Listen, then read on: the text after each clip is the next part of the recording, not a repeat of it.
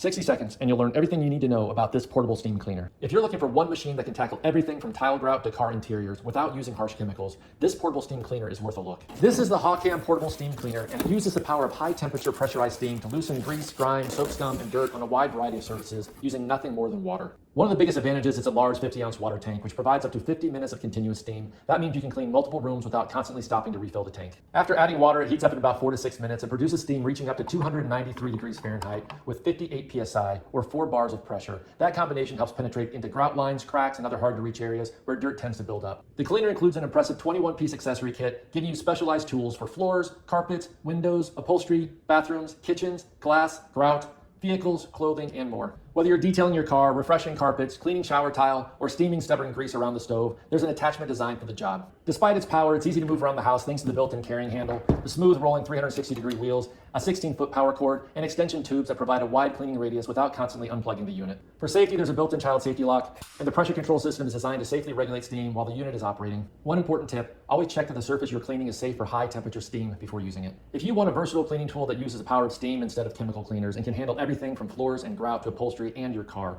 this HawKam steam cleaner is a great all-round option.